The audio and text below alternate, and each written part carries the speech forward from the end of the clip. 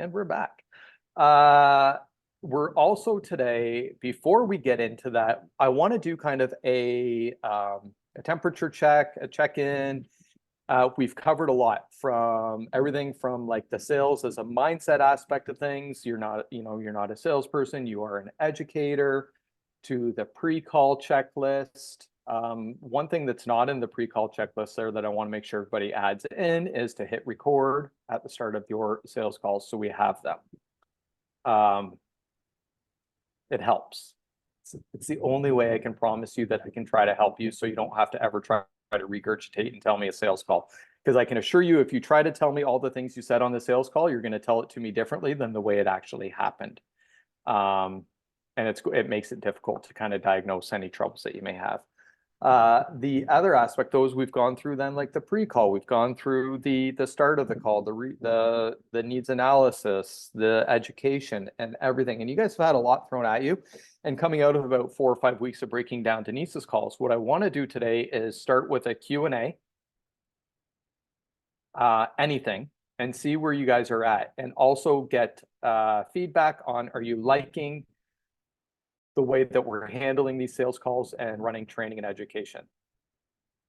So without waiting for anybody, we're just going to go around the room, and I will start in the top right of my screen with Cheryl.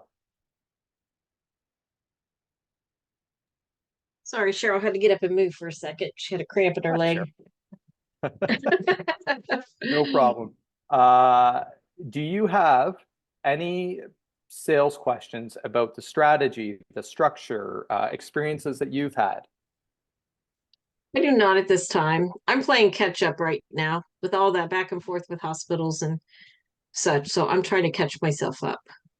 For sure. So I really don't have any question at the moment. Okay. And the structure and the delivery of the way we're doing things, are you enjoying that? Mm-hmm. I know you've been back and forth a little bit on the calls and everything. And yeah. Okay. Awesome. Denise. Yeah, I can't think of any questions off the top of my head at this moment.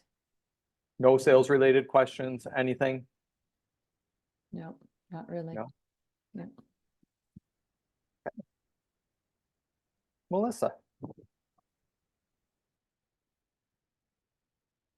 Hi. I'm just thinking it's hard because I haven't been accountable to being here.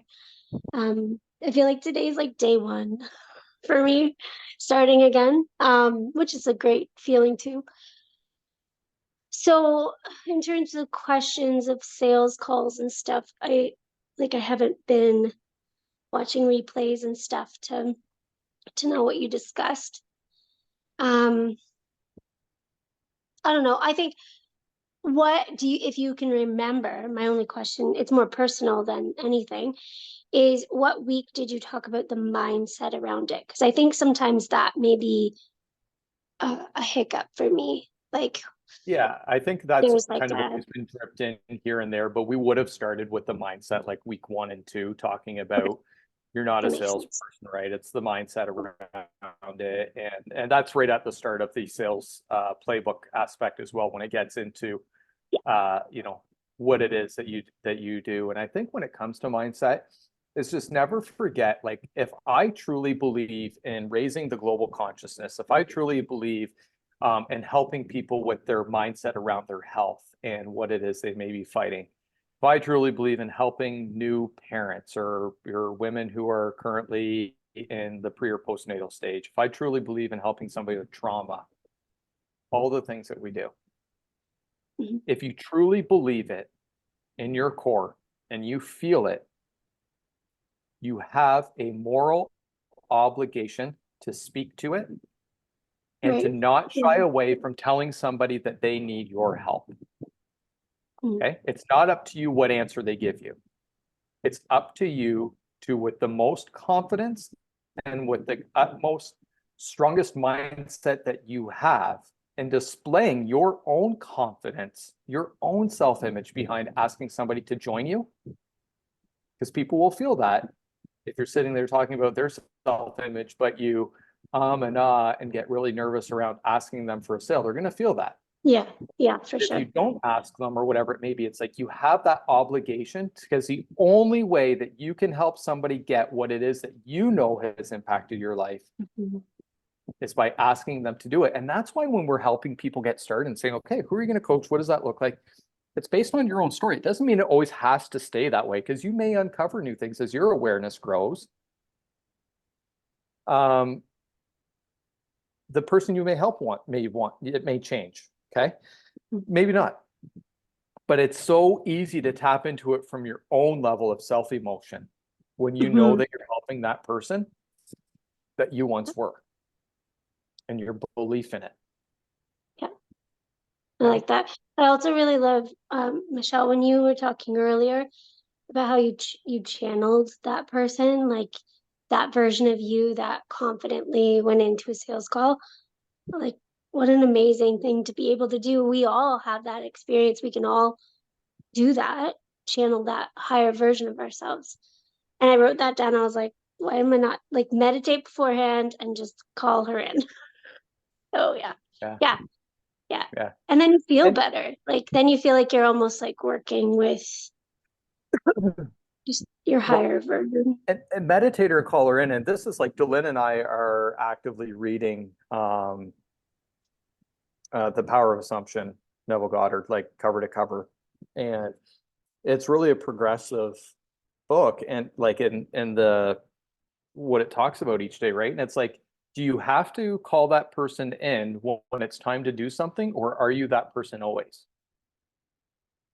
Right? It's okay to meditate and tap into her and be her even higher, but really, you shouldn't be waiting for the moment when you want to tap into that person. That person should always be there, so it just is there.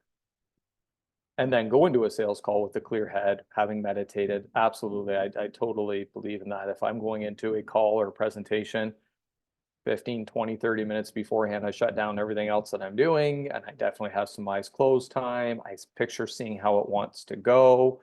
I answer questions in my head, like, I anticipate what questions may I get? How am I going to respond to them? I see it happening.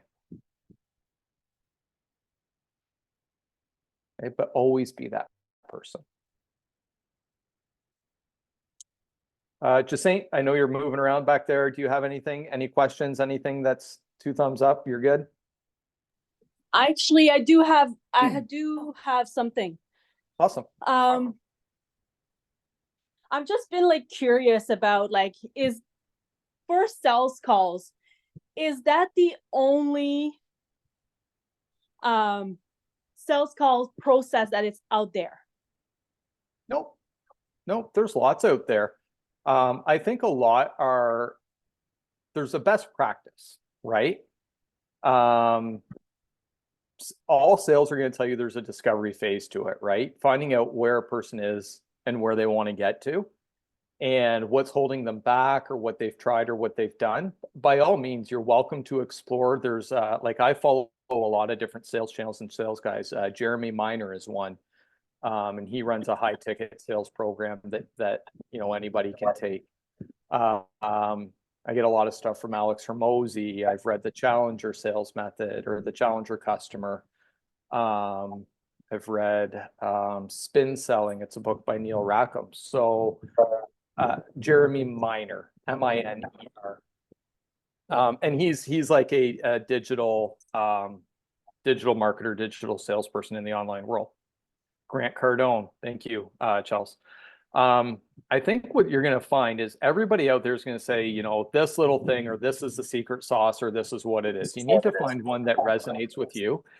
This is why I study a lot of different sales concepts. I understand what's going on behind them, but I find one that I think works for me, or for me to teach. I find one that's easy for people to get alignment with, where it's not too technical, right? Like, we try to make it easy for everybody, knowing that people that come in here haven't dedicated a lifetime towards becoming a professional salesperson, and haven't attended professional sales seminars and all these things, right? So it's easy to follow. If I just go through the structure, it should lead to a stronger result.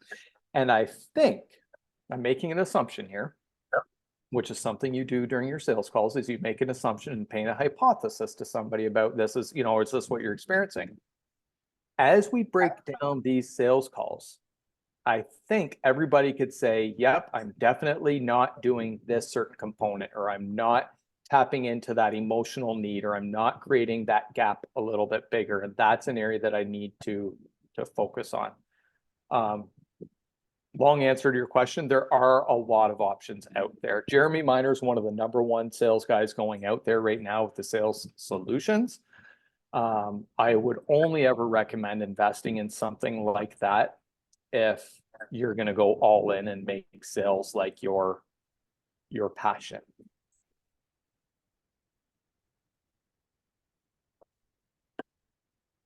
Every salesperson is going to sell you that their sales methodology is the best.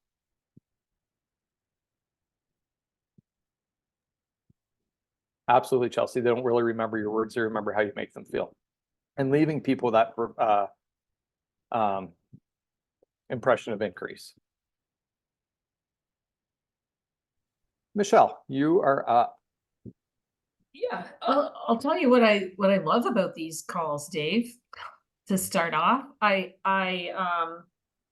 first of all, I love the energy in these calls, and I love how we can dissect recordings, because we learn I learned so much from that, what to do, what not to do, what would I maybe say a little bit different.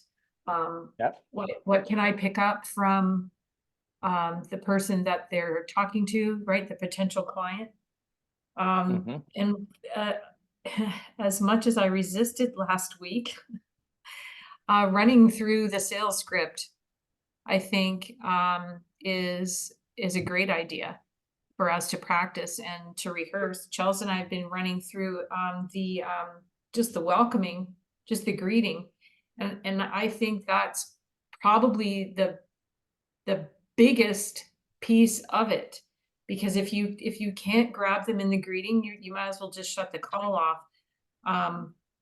And for me, it helps to even just do some greetings outside of the sales script arena, if that makes any sense. So yeah. Absolutely. And And so my question, yeah, go ahead. could, well, I guess this is it's not about the program itself, but yeah, closing that deal, right? This is where I fell apart, is where, not asking for that credit card right at the end. Right. So, right, it's the two pillars at the beginning and the end are so big. Yeah. Yeah. You have to, the bookends of it, right? You have to be able to, you've spent all this time going through it and serving them. You have to just make that seem like a very natural, very comfortable element that you go through. I know Corinne's not here, but we, broke down one of her calls where she got to the end and didn't ask at all for the sale. Right. Denise's that we just went through, Fiona kind of walked herself into it and was pretty good. Fiona was very logical when it came to the decision to buy. You want somebody to be a little bit more emotional if you can, because if they're more emotional at that decision-making process, Fiona was really going through it like, okay, if the money is this and it comes from here and I do this, like she was kind of counting the steps, checking the boxes off in her head to lead her to that logical decision to say yes. And we really want to remove that logic the best we can, or answer the logic early on in the call and getting them to agree with you on certain points. So with that said, what I want you guys to do here with Chelsea's call that we're about to break down, get your little writing hands out, whether it's on your computer and you're typing notes, but I want you guys to write down every single keyword. Oh, yes, Chelsea, sorry, because I intentionally wanted to finish with you because we were going to jump into your call. Thank you. Let me just finish this and we'll go to your question. I want you guys to write down every single keyword, every single phrase, every single statement, every single contradicting statement. You're going to find contradictory statements in the first 17 or 18 minutes of this call of Chelsea's, where they say one thing and then say another. Okay. I want you to listen. And this is where your active listening skills come in. Okay. I can tell you, I watched this call of Chelsea's like many, many months ago, probably even like closer to a year ago. And I rewatched it again before doing this training, and I listened to it at like 1.5 times. And these things were sticking out to me. Okay. It's like, wait a second. I'm like, she just said this, but like 5 minutes ago, she said that. So which of the two is it? Right. So just pay attention for some of these things. What we're going to do after 2 weeks of breaking down this call is we're going to now use this call to implement the steps from the sales playbook to role play them and look at how it could go differently. Okay, so make your notes because I want you guys to know this call. Okay, Chelsea, go ahead. So this might depend on obviously the person, the part of the sales call, but for me, like I'm still in the process of memorizing my script and memorizing like kind of the step-by-step piece. So what is something that when you just feel like you're getting caught up in reading and you're not actually listening, or you're not really in the energy of the call, like what is something where you can just kind of like ask them a question or like get it to kind of change the energy of it? A lot of it that comes down to practice of the script and knowing it. Everybody's going to be different, right? Like I know, like Delynn hates reading directly from a script. She's like, you know, she calls herself, she's like Ron Burgundy from Anchorman. If it's in the script, like she'll say it. Like I was messing with her like last year, she was doing video recordings and she's reading from a teleprompter, and I was just putting in like random stuff in the middle of it to see if she'd actually like read it. She'd get like 10 minutes into doing something, have done it really well, and then I'd just drop something else in there just to throw her off. But I can read from a script verbatim and really make it sound like I'm just speaking to somebody. If yours is like, I'm just going to have point form here, and I know that's going to trigger me to this, and it's going to keep it more conversational. Okay. Your beginning of the script is letting them talk. And just tell me more about that, right? Tell me more. And I think if you're in the spirit of the sale, it avoids being that robotic, I'm zoning out, right? Because I have a true, genuine interest in what it is that they're saying. And to get to that point, it's just, you got to practice. You got to know how to do it so it just happens with ease and flow.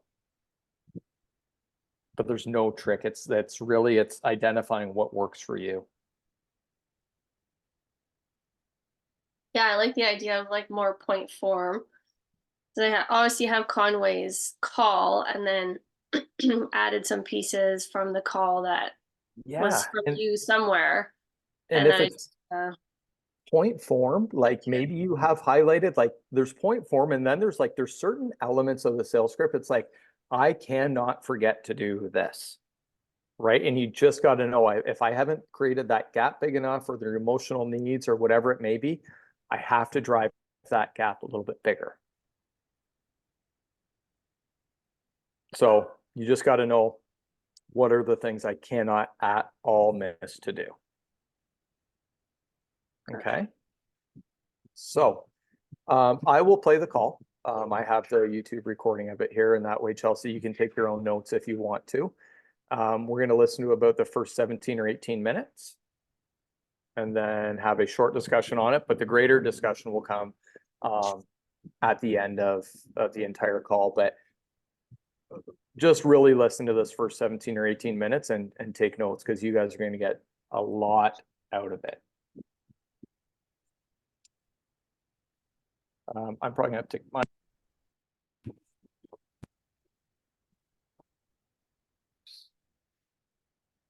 I did. Just give me a thumbs up when I hit play here that you guys all can hear it. Hi, Elizabeth. How are you? Alrighty, let's get started. I'm so excited to chat with you today. I just want to go through and kind of see what you're feeling here, and kind of go through it, like talk to you about what inspired you to kind of reach out and chat more about your call. Yeah, no, well, I really liked your story because I like I guess we sometimes assume that everybody is just like doing an awesome, like they're living a great life, and it's like you're the only one that's kind of like miserable, you know? And so, I mean, for myself, I just like kind of distanced myself from everyone because I'm like, well, they're all successful, they're happy, so they don't need like that negative energy in their life. But it was surprising for me to realize that other people can be struggling, but you just don't see it. And like in very similar situations, like I remember the parts that resonated from your speech were like how you had a hard time, getting up in the morning, and like you need like your kids or your alarm clock. Like that's literally that's life for me. My kids wake me up. I don't use my alarm clock anymore. I get up when my kids wake me up. Um, and like, yeah, burnt out. I I mean, maybe some people want to connect with their spouses. I really don't. I mean, I wish it'd be helpful to have a good like someone you can trust, but I don't know. We're beyond that, I think. So, Tell but me, tell me more about that. I guess. Well, I didn't really realize the concept of masking or like where you try out characters just to make other people happy. I didn't realize that I was doing that until I started having kids. Because then like I had no energy to mask anymore, and so I'm like, wow, I maybe maybe I did like catfish him in a way, like pretend to be this girl that can do these things, like the good girl, you know, these traits that we like try to be in order to make other people happy, and then you're like, wow, these traits don't come naturally to me at all. And so, like, maybe I'm not the girl that he thought he married, but he's also not the guy I thought he was either. So now where it's like we're just like two people, we're two strangers living in the same house. And I wouldn't trust him with a lot of things. Like, I know, like I do see a therapist sometimes, and she says like, could you rebuild? I don't know. It's like, do you think you could rebuild a relationship, or is a word? I don't know. And I just said personally, no. It's not something I'm in. Yeah, yeah.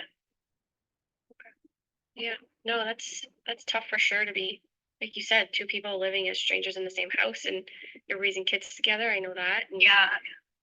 it's tough to make decisions. Is that kind of what you feel? Is making decisions are really tough and Yeah. Well, I guess I guess I've been also raised to like I mean I can't it's that's kind saying that kind of takes responsibility off of me, but I think I'm codependent because I've always had like someone to make the choices for me, like school, all that. Like my parents made all those choices, and then when I got married, he made all the choices on our behalf. So it's like I've never done anything for myself, but I also don't trust myself to make big choices. why would you say that? I think because I'm naive. Like I do fall for a lot of stuff, so like like I think like I was telling you before, like I have no personal boundaries. I kind of just like accept what people throw at me, and then sometimes it's good, and then sometimes it's like devious. So some people had devious plans, and I thought that they were good, like they were disguised as good, but then they were devious. So it's like I kind of just I don't have like this internal, I don't know, like bullshit detector, as some people would say. Like some people have a really good like they'll be like, no, I know that person is like not who they say they are. Whereas I don't have that. I like everything people come at me with is like I trust what they come at me with. Mm-hmm. Okay. So yeah, you kind of have a lot going on in your mind on a daily basis. It what I am hearing you say, and I know how like overwhelming that can feel because like I was in kind of that place as well. But this work that I did and like what the workshop you attended and everything I learned through that really helped me to kind of like process what it was I was experiencing and what I went through and all of that. And that's kind of like the whole point of me chatting with you today is just honestly to get to know you better, to really understand what it is that you want in your life, because you just said that you don't really make decisions for yourself and you don't allow yourself to like use your imagination in a way to really come up with something that you love.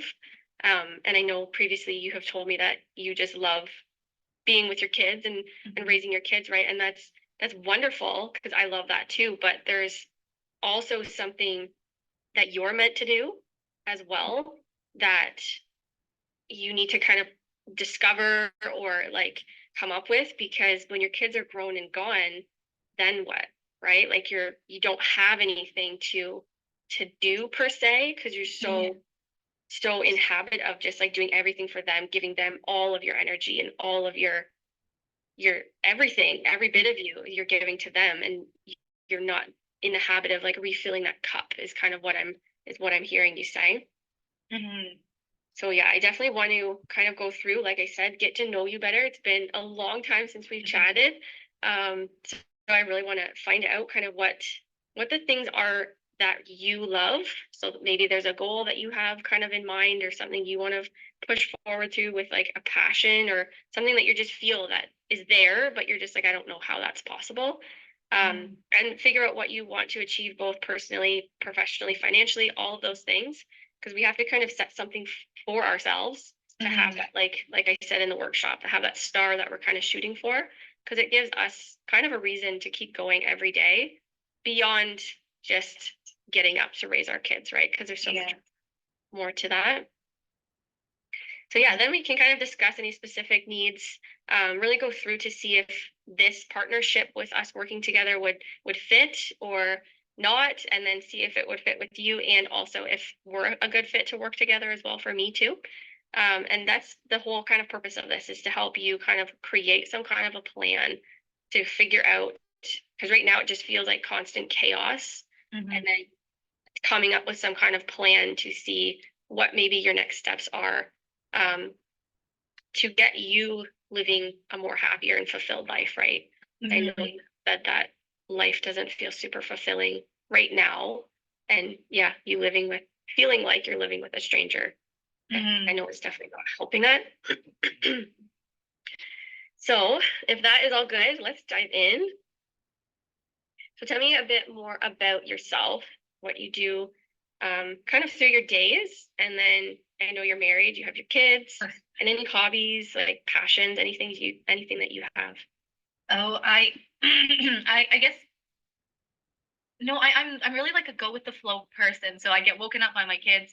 I prepare their lunches for school. And then when they're off, it's like, okay, time to be the house manager, I guess. And so it's just like chores. I still have a little one at home, but so there's like the occasional playtime between the two of us, and then yeah, it's just a checklist. It's like, did this get done? Yes, check. Like, do I have snacks prepared for everyone when they're back from school? Check. And then yeah, I don't really have any hobbies. I mean, I think like planting stuff is like, if there's no like expectation, it's like, let's see if this grows kind of thing. I love design work, but it's a lot of like, you need the focus, right? And kids don't give you that. So that's basically like my life. What did you do before you had kids or stayed? Yeah, I did school for biotech, and that was kind of like at the pushing of my dad. I did want to go to design school, but he was like, there's no money in that. He's like, good luck getting anything. Or he said like, maybe you'll get like a part-time job, but like, most of the design schools, they're like in Toronto, and so I would have had to find, I think my parents really pushed me to stay home. Well, like in a way it was smart. Like they're immigrants, so they're always like trying to find the best financial solution, right? So they're like, find a school where you can stay at home and go to school, and do a program where there's money in it. So they pushed me into doing biotech, because that's like the emerging sector. And I do love biotech. Like, it's interesting in that. I loved the learning aspect of it, but in terms of like doing the work, like all the lab work and the redundant tasks, it was like, I'm like, this is not for me, but I still pushed through, because I did take longer. I got married like during my program. I had a kid during my program. Like, it wasn't the smartest thing ever. I guess life just kind of happened. Well, that's the kind of person I was. Life happens and I just move with it. Yeah. So, but when I graduated, it didn't really feel fulfilling. Even like my graduation ceremony was like, yuppie, what next? You know, it wasn't fulfilling in any way. It was great to like finish something. That's one thing, is like, it's great to finish something. But it's another thing to like, yeah, to really be passionate about what you're learning, or like to be passionate about what you're studying, what you're working in. And Mhm. So an ideal day, like let's just think, if time and money were not a thing, like what Mhm. would that look like for you? I don't know if you had time to kind of like go through that. yeah, it like I guess I do read a lot. I and it's the books that I'm reading, they say like the most successful people have a really good morning routine. And it would be great to have a good morning, like instead of, you know, waking up like, oh, I have to get up. Like, you know, it'd be nice to wake up like invigorated to wake up, you know, or like really enjoy the hours you get before everybody needs you. I know a lot of parents, they'll wake up at like 5 a.m. in the morning. They'll have like that cold shower, they'll do their workout, you know, and then they have that me time, you know, they I don't know, meditate, journal, and then their family wakes up, you know, and then so they had that time to like prepare, they had that time to themselves. And then they tackle, and then like they do it so confidently. They all, by then they already know that they can tackle anything that comes their way. Mhm. But so I guess it would be great to have a morning routine. But and it's weird when you know something, you read something, but you're like not motivated to try. Like I'm like, I don't want to wake up at 5. I know I should, but I don't want to. Mhm.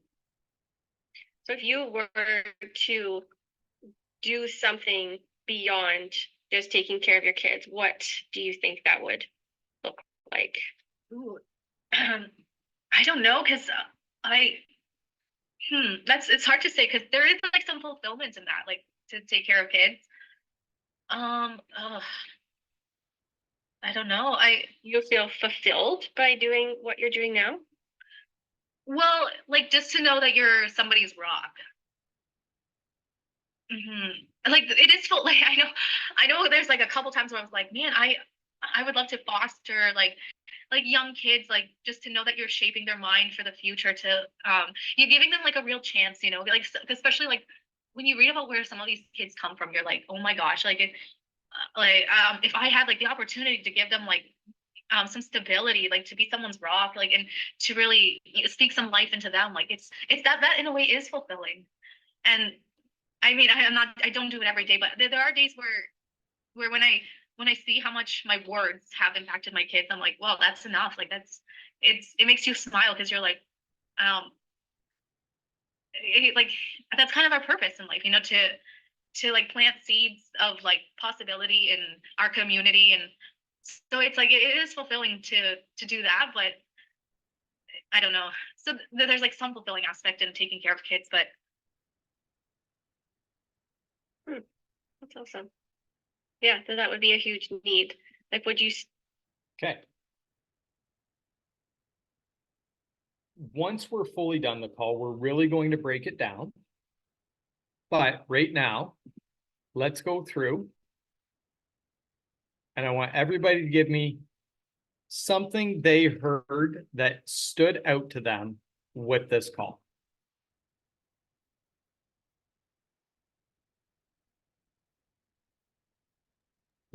She feels burned out and that she needs the approval of others. Yeah. She places her trust in the wrong people. Yeah, she doesn't And she trust does not herself. trust herself. I kept feeling deceit. She's lying to somebody. She's lying to herself, perhaps, but there's deceit in there somewhere. She even mentioned the word devious. So there's something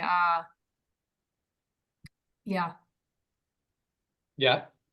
She finds it hard to make decisions because she's always let, her parents make the decisions, her husband make the decisions. Like, yeah. Yeah.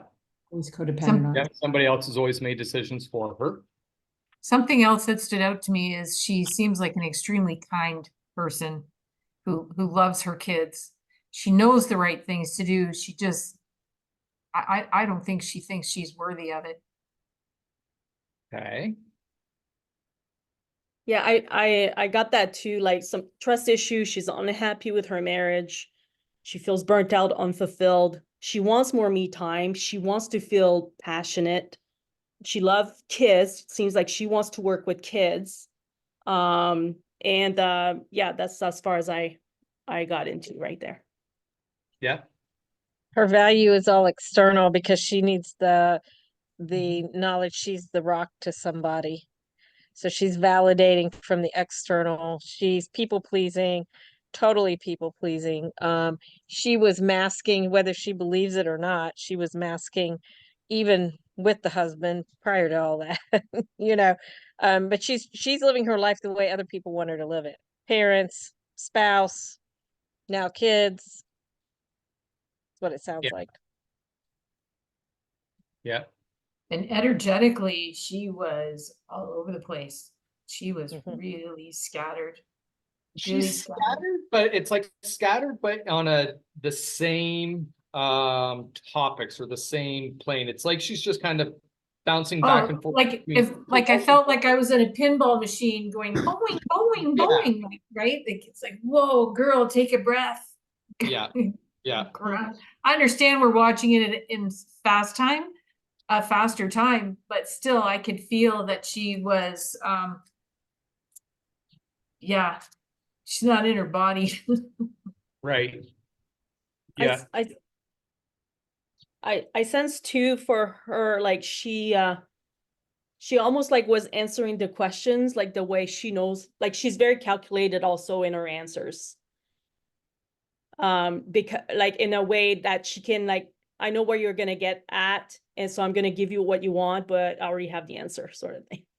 And it could be that she's educated, right? I mean, she was she wanted to be in design work. She went the biotech route. Like she's well read. I think she knows, what to say or how to say it for sure, but she was giving a lot of unsolicited information. She started the call out right away, basically like diving right into her marriage and everything. And what stuck out for me there was she says, like, I don't trust my husband. But about 5 minutes later, she's like, I trust people too much. So there's a conflict there. It's like, okay, you don't trust the one person that you should trust, but you're not trusting, or sorry, you're too trusting of others, and you just take things kind of on face value for what they give you. Right? And it's like, well, which one of these two people are you? Which one do you want to be? Or do you want to be neither of those? And how are we going to fix that? Right? She does she's going to have a money paradigm built up around from her parents. Stay home, stay close, keep it simple, but you got to get a good job or that, or don't get in design work. That's not going to pay enough. But do this instead. Do what I tell you, right? She does what everybody else wants her to. I also believe her marriage was arranged by her parents. Okay. So that definitely says a lot. Got some cultural stuff going on there as well, which cultural paradigms are a very real thing that she's going to be going through as well. Okay. Anything else from anybody? With the whole not trusting her husband, what came up for me is that yes, she is the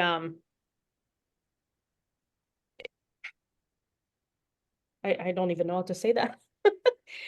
It's a lot easier to trust somebody that don't really know you than somebody that really knows you, because they may use that against you. Does that mean as closer you are to a person, to me, it seems like it's childhood trauma that's coming in as well. Yeah, That's what I was going to say, Jacinth. I was going to say, what trauma is she hiding here that she's not bringing forth? Yeah. There's trauma somewhere there. Oh, Looks like. I felt that, yeah, sure. Mm-hmm. Yeah. Anybody else? The piece that I didn't take away, because it's obviously been a long time since I've heard that call, but she said how she's living a fulfilled life, like raising her kids, being that rock, I guess. But then in another sentence, she said like she's not living a very fulfilled life. Like she's not really like doing anything she loves or cares about. So like there's pieces obviously to like raising kids can be fulfilling, but if you're not actually doing something, like, yeah, she's gonna feel very unfulfilled because she's not doing anything she actually loves. Right. And she's kind of in a robotic mode. She's woken up by her kids. She prepares a lunch. She sends them off to school. She gets snacks ready for when they come home. And she's connected to her kids, but she's kind of talked in there a little bit, I think, in a way, if I were to take away an assumption behind it, she doesn't give enough attention or time to her kids in the way that she wants to, which now contradicting says, fostering might be something I'm interested in. And it'd be like, well, wait a second, if you can't give in this area, is it a replay? Is it a redo? Well, I didn't do so well here with mine. Can I try again with somebody else's or something? I'm formulating in my mind what could possibly she be thinking. Okay. I think it's a distraction. Right, Yeah. because she's talking about, you know, I do my little checklist, and then, you know, I spend a little time with the baby, which kind of seemed like an offhand, oh yeah, I got another one at home still. Right, like you're right, it feels very mechanical. She's checking the boxes and Yeah. saying the right things because, yeah, I'm so fulfilled being a mom, and right, I'm so fulfilled Right. because that's what she's supposed to say. Yeah. Yeah, I wonder if, I was just gonna say real quick, I wonder if that's how she was parented. Somehow I For think sure. that's how her parents are as well, right? Yeah. Could be. And we're going to find out more as the call goes on. This is interesting. What I do want to bring up here. So normally, like what somebody tells you, you know, what motivated you to book this call or whatever they say in those first few minutes is going to be the reason they're going to buy. I think we can all agree she's given many reasons why she needs self-image, self-development, mindset work. Hands down, she wants to. Okay. But we only have 26 minutes of a call left. And she's been going, giving all these reasons. And Chelsea did a great job of listening. And I'm going to now attach this back to your your question that you asked before this call. Right? There comes a time where you need to have it, like, understand this person's just rambling and dumping all their stuff on me.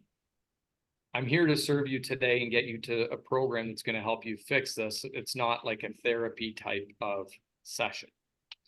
So it's called a timed verbal intervention, right? When is that gap that they stop, they take a breath, they're collecting their next thought, that you can jump in and say, okay, you've given me a lot to work with here and we want to focus on these things. And now you got to bring it back on track for the script. She's given a ton of stuff.